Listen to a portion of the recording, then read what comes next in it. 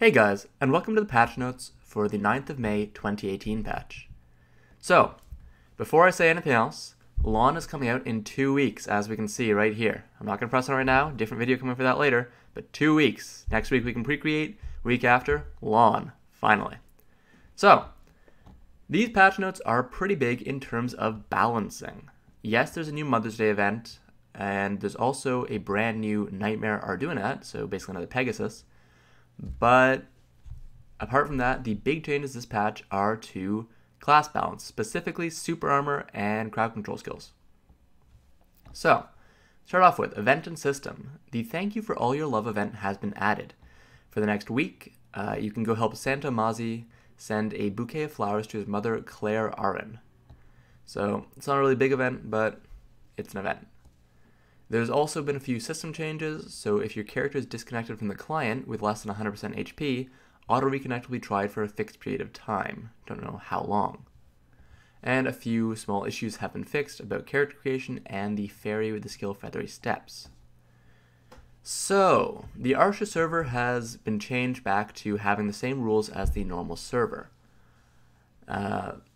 But that is not the big news. The big news this patch is the defense effects, super armor, invincibility, and forward guard that all classes have for some of the awakening skills have been changed to be more intuitive or removed. While we were developing class awakenings, we wanted to design the awakening skills in a way that your adventurers could combat more easily and enjoyable.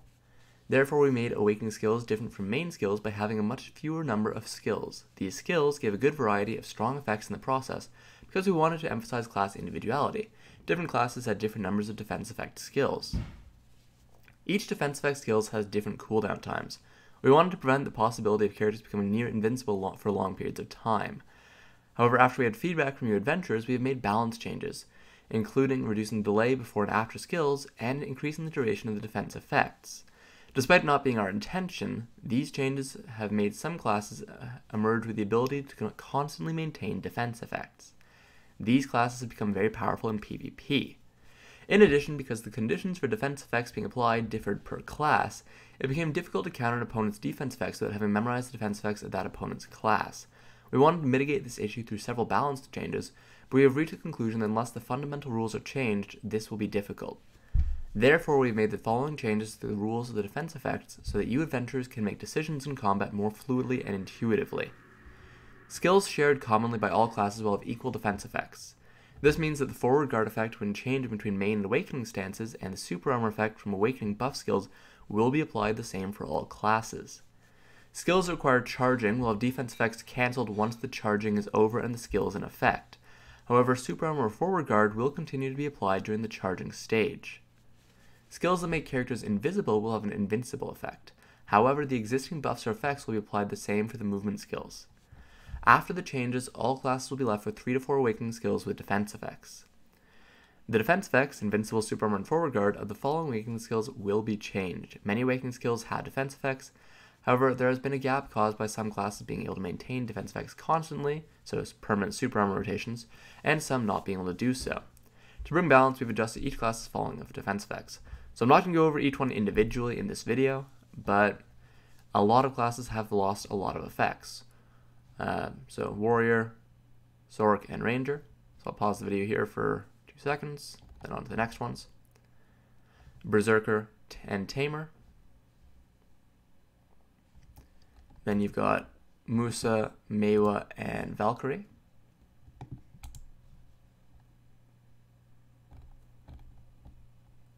Wizard and Witch do not lose much at all. Kuno, Ninja, and Dark Knight. And Striker, finally with Mystic.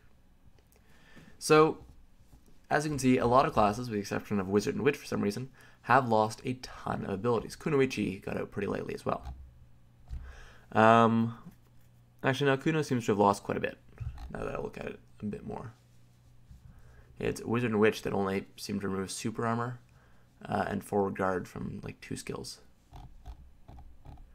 So, we would also like to inform you about the changes we plan to implement next week. As we explained earlier, we want to make PvP more fun and intuitive. To do this, we've decided that it should not be possible for one skill to have both crowd control and defense effects.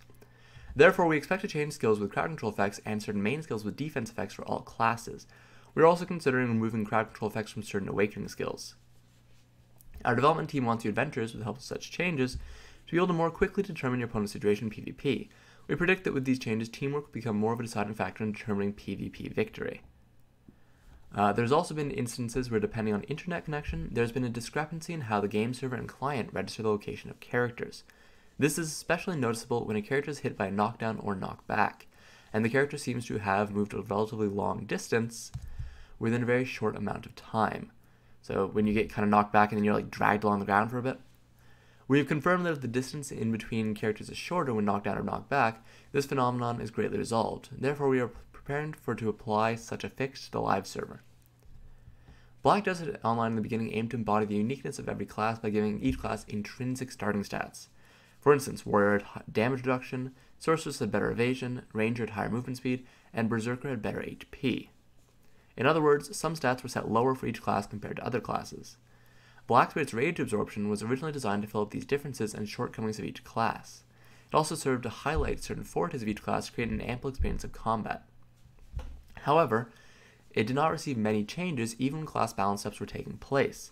Not only did this add on to creating bigger differences among other classes, it also created differences with some classes where an adventurer with specific gear settings had an advantage and higher efficiency. In order to mitigate such differences, we tried to implement an instant buff, which would give great strength to all classes for a short period of time. But we ultimately parked this idea as many of our adventurers voiced their opinion on the importance of keeping to the uniqueness of each class. With the feedback we received, we will take time and hold off on the changes for the time being. We will take more time to develop these changes to hopefully appease more of you adventurers while not losing the individuality of each class and come back to you again. So, this was the letter they talked about last week. Where they were going to change Blackspirit's Rage Absorption to make all of them the same, and also change some of the crowd control effects. None of that's been implemented yet. They're doing further testing for homogenization of the Rage Absorption, and crowd control effect, they've decided they need more work, so it's not coming out this week. However, they hope to finish that up soon. So, another big change is Renown score is changing a little bit. It's not changing the base numbers, but depending on the fame of a character on the territory information, so you can find it on the territory icon on world map, the renown score will also increase. Level 1, newcomer, no bonus. Level 2, stranger, +1, 3 +2, level 4 +3, and level 5 gives you a +5 bonus. So this increases your renown score by +5.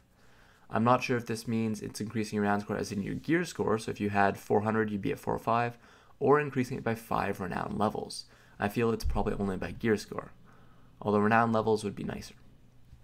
So, based on the fame of the character, it can be checked on renown score section under inventory and it can be displayed with +N. Fame of the character of each territory can increase upon obtaining amity from NPCs located in the relevant territory. Yuck. So, sprouting to give new wings to the fairy to help it become wiser has been newly added. If you succeed in sprouting, your fairy will tier up, but the level and previously acquired skills will be reset. You cannot restore your fairy to the version before using sprouting, so please make sure to try it with caution. Once the fairy reaches its max level, a chance to attempt sprouting will be given, and if failed, you can try sprouting again only after the fairy has gone through rebirth and has reached max level again. You will need Sweet Honey Wine or Ornette's Dark Honey Wine to attempt sprouting, and the more items used, the higher the success chance of sprouting will be. Fairy Rebirth has also been added, so there's Reset Growth or Reset Persona. If you reset Growth, the fairy will be given a new attempt to try sprouting, but its level and previously acquired skills will be reset. If you try Reset Persona, the current tone of the fairy will randomly change to a different tone, but the level and skills will remain the same. When trying Rebirth, the item Fairy Queen's Might is required. There's also a few other small issues. The level setting of each guild members receiving guild bonus will now be saved. Guild contract and contract renewal will now include offering periods of 180 and 365 days, so 6 months and 1 year. Fixed a few issues. It's been adjusted so that items claimable for defeating bosses and the items claimable for clearing each wave in the Savage Rift will be collectively rewarded as a package into your mailbox. Silver will still be rewarded separately. And apart from that, there's not too many other changes this patch. There's a few issues and graphical fixes for each class, but nothing too huge. Graphical glitches only for the Dark Knight. Mystic and Striker did get a small nerf on Crouching Wolf. The cooldown has been changed from 2 to 5 seconds. And Mystic, the enhanced Wolf's Frenzy, has been changed from 20 to 25 seconds. A few small item changes. The item collect scrolls have been added, 30-minute scrolls. Item collection increase scrolls can be crafted using simple alchemy to change into item collection increase scroll 30 minutes times 2. Event items cannot be changed though. And the method of crowd control applied from monsters and characters has been changed. So this should be a good change for PvE. Knockdown, bound, floating, knockback, and stun will be applied up to 2 times, and after the second time there will be a cooldown of 5 seconds where crowd control cannot be applied. So you're not going to be permanently knocked down by certain high-level monsters anymore. The first crowd control effect cannot be applied again until 1 second later, so if knockdown is applied, the second knockdown cannot be applied until 1 second later. They also fixed a few other small issues. The tracking distance of Griffin, King Griffin, and Black Leopard has been increased by 20%. They've also had their HP increased by 20%, AP increased by 6%, and DP increased by 8%. And apart from that, there's not too many other big changes this patch. However, this patch is pretty huge. Not only are the changes to fairies nice, the renown change okay, but the big change is definitely the removal of super armor, forward guard, and invincibility from so many skills from so many classes. For example, just the Musa, or let's look at Dark Knight first. Just the Dark Knight, for example, she gained super armor actually on Overlord, lost forward guard from Hallucination Gap, Flow Bombardment, and Trap of Adir, and lost super armor from Flow Spirit Blaze, Seed of Catastrophe, Flow Root of Catastrophe, Twilight Dash, and Spirit Hunt. This is pretty huge for the Dark Knight, which means she can be caught out and crowd controlled much more easily than before. And that's just Dark Knight. Lots of classes have lost skills or lost forward guard and are going to be much easier to hit and crowd control when trying to combo now. Another example is, let's look at Sorceress. Sorceress actually gained super armor on Grim Reaper, only when charging Grim Reaper's Judgment. Only while invisible while using Nightmare will invincible effect be applied. Lost forward guard on Violation and Vile Plan, and lost super armor on Flow Rushing Crow. So look at your own class, see what you've lost. Hopefully next week the crowd control changes will come in as well, which should make these changes a bit better. But for now, these balance changes are going to make PvP a lot more difficult for certain classes. Next week we can expect to see, well, hopefully expect to see the crowd control changes, as well as more changes to certain other parts. But for now, these changes are pretty good. Anyways guys, as always, thanks for watching. These are the patch notes for the 9th of May 2018 patch. I'll also be doing a video on Lahn's release. So I just press it. I can just show you guys quickly. Pre-creation will become available next week, so next Wednesday, and the release will be the week after that on the 23rd. There's also an event, so don't forget to sign up for that. Anyways guys, thanks for watching these patch notes. Hope you enjoyed it, subscribe if you liked it, and have a good one.